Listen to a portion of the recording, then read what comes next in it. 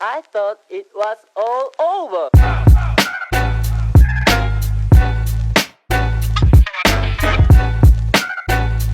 Up. It's roll coverage. I'm your host, Nick McCandless. Let's get into it. Got him up here, starting with this one. Scott Fitterer is the worst GM in the NFL. I mean, I'm a Panthers fan, so I'm going to be biased on this, okay? We've made a lot of acquisitions between day and you know what we haven't made? A good decision. You know what we haven't made? Progress towards actually winning. We haven't given Bryce Young better weapons. Tariq Cohen is not where we should have gotten. We should have been inking deals for Landry or even Julio Jones at this point. I don't really care. He can give me 7 to 10 games. That's going to be a lot more potent than Tariq Cohen being a running back too when we already had one in Hubbard. So I just don't understand where Fitterer is going with all this. I've long said that we should look at Greedy. We should look at doing a trade for Godwin or Metcalf, whatever we can get our hands on. If we're deciding to not go get high-end talent and not pay that, then I think we should just go the other route. Why can't we go get a Denzel Mims dude that used to tear up at Baylor, 6'3"? Why don't we go out and get a Jordan Addison? Why don't we go out and get a Marvin Harrison Jr. next year? Like, really start looking forward to next year if we're not going to give Bryce Young the talent this year. Because if that's the case, we're just deciding to punt. But regardless, I just don't think that Fitterer is ready for the big time, ready for what Bryce Young needs, which is a competent GM to do his job, put in solid talent, and get the team ready to win. Obviously, the coach has a lot to do with that as well, but I'm giving Frank Reich a pass right now because he is the new coach, whereas Scott Fitterer has been the GM for a long time. The players that are in this building are in there because of him. So I will lay this absolutely at the feet of you, Scott Fitterer, and I'm hoping that something is going to change here soon because, to be honest, it's real bad. As a Carolina Panthers fan, I've been on a few things, went on, talked with a few spaces. Just so you know, we're out on all the socials. You'll see them over on the side. We go out there. We're talking in Twitter spaces or X spaces. We're on Instagram. We're doing as much as we can. It's really just me and, a little help on here on the side from a few of my buddies. Shout out, Mike. I don't understand it. All the discourse that I've had with people is the solution is to go get T. Higgins. That's going to solve it. I don't understand how T. Higgins is going to solve all the problems on the wide receiver side. T. Higgins, Adam Thielen, Chark, and LaVisca. I just don't see it. Nor do I see the addition of Tariq Cohen being a positive. We should be building with Hubbard considering we drafted him. Why are we bringing other people to replace dudes that we drafted? Hubbard is a very great, very great. He's a really good back. In fact, he was one of the top rated in the preseason, I'm pretty sure. So I don't know what we're doing. We should be either, again, going young with a wide receiver core or going out there getting solid talent. I've long said as well, looking at Evans, but they're not going to make any good decisions. Of course, it's Scott Fitterer. He's going to make the easy decision, which is all the talent that we've acquired. They're good players. They're not winning players. I'm sorry. I don't know what to tell you.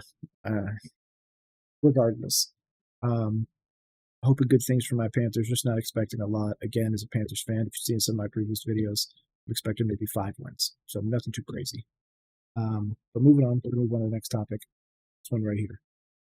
Colorado State head coach decides to poke the bear in Deion Sanders. Talking about, I take my hat and glasses off. I don't understand this. Okay, I understand. I take that back. I totally understand. You're trying to generate some hype for the game. You're trying to, take a little bit of a jab, but nothing too crazy. Nothing really attacking his character, I guess, even though he kind of did with the whole bringing the parents thing into it. I thought that was weird. The one thing I would say is that it means that Colorado is going to blow them out by 30.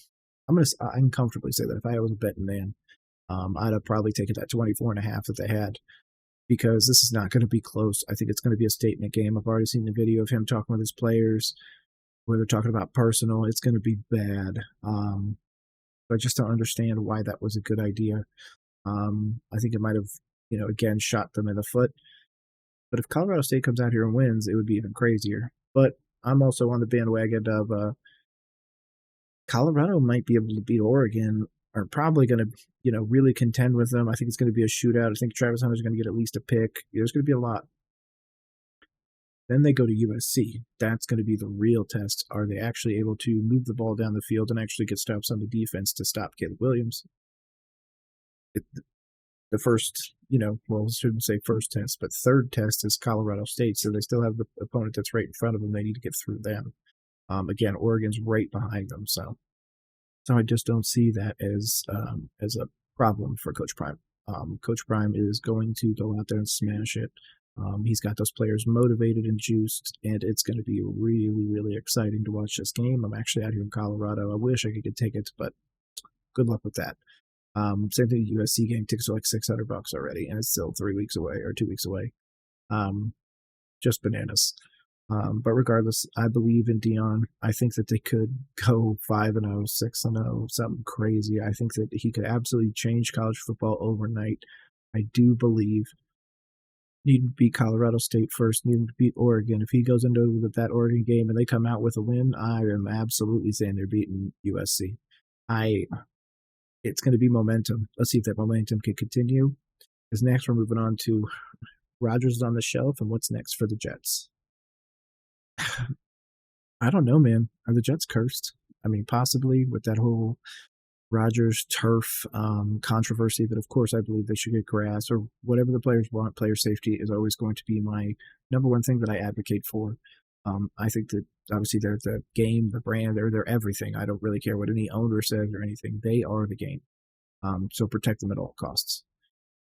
With that, we put up a trade idea over on Twitter. If you want to follow us, it's at Roll Coverage Pod. I'm going to pull it up right now. I was just trying to figure out what could the Jets do. Now, obviously, there's a certain team that just lost last night, Thursday night, and the Minnesota Vikings. Minnesota is obviously not rushing to rebuild. They're still staying with Kirk Cousins, even though his deal's up. I think it's this year or next year. So the deal I said was Kirk Cousins and Justin Jefferson, 24, young receiver, the whole nine. They both have a ton of trade value. Obviously, Jay Jettis has a ton, but I think that Jordan Addison, Madison, all those guys, you just need to move on with those and then cut the rest of this. Now, obviously, it's going to be controversial because Jay Jettis is one of the best wide receivers in the game. But you're talking about what I thought was giving them Breece Hall. So you have Breece Hall and Madison with great run game. That's what Green Bay is doing with the two top running backs with Jones and Dillon. A first, third, and fourth. I mean, obviously, more picks could be added or whatnot. But basically, that first is for Jefferson. You're basically swapping Breece Hall for Kirk Cousins. Those threes or fours are just to sweeten the deal. Get the deal done. Now that team, I understand you lose Breece Hall. I understand you lose some picks down the road. But you can get Kirk Cousins in there now with Jay Jettis, with Garrett Wilson, with Dalvin Cook. That would literally be the Vikings coming over to the Jets, essentially. Like, it would be a crazy storyline. It would be just bananas because then people are talking about Rodgers might come back, which I do not believe is going to happen, especially this season. I think he's personally going to retire. I think he's pretty much 99% on that. I know he's got a lot of people strung along, but my personal belief is that he will not be back. But it'd just be so interesting for the Jets to go from just acquiring Dalvin Cook to then Kirk, Jay Jettis, and Cook all on the same team with Garrett Wilson, and then potentially down the road Aaron Rodgers. Like, just let Kirk finish out the year, let them go on the run, whatever they're going to do, and if nothing happens, great. Now Aaron Rodgers next year, if he does decide to come back, has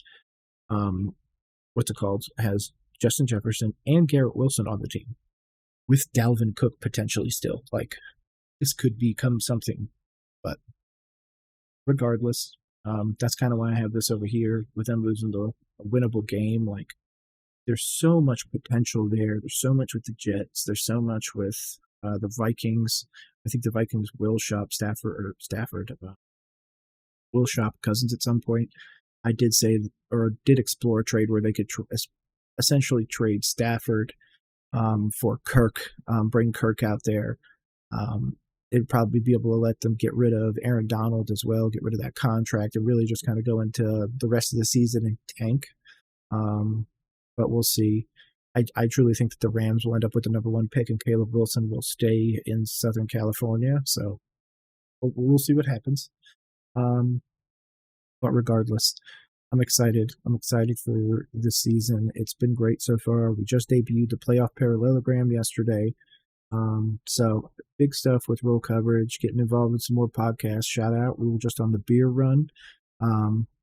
They were amazing. Absolutely love you guys. Can't wait to come back on. Can't wait to win that bet, which I did, which was Derek Carr over 300 yards. I think right now it's sitting on 240 on fantasy, or for FanDuel. So obviously I went a little crazy with 300, but I still think that he's going to throw the heck out of the ball. We have a really bad secondary for the Panthers, so I just don't see it. Regardless, this is Nick with Real Coverage. I'm going to get out of here. Our picks that were up here, these weekend NFL games, those are actually going to go up on Twitter. I'm going to put them out tomorrow morning, which is Saturday, right before we get ready to watch this Colorado game. So for everybody, have a good rest of the weekend. I'm excited for these games. We'll see you.